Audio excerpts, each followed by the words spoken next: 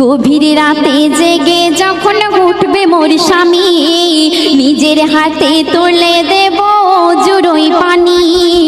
গভীর রাতে জেগে যখন উঠবে মোর স্বামী, নিজের হাতে তুলে দেব জুড়োই পানি।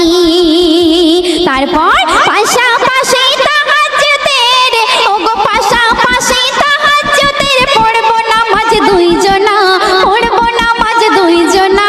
দিলের তামান্না আমি চাই গো আমার স্বামী হোক হাফেজ মাওলানা, ও আমি চাই গো আমার স্বামী হোক হাফেজ মাওলানা।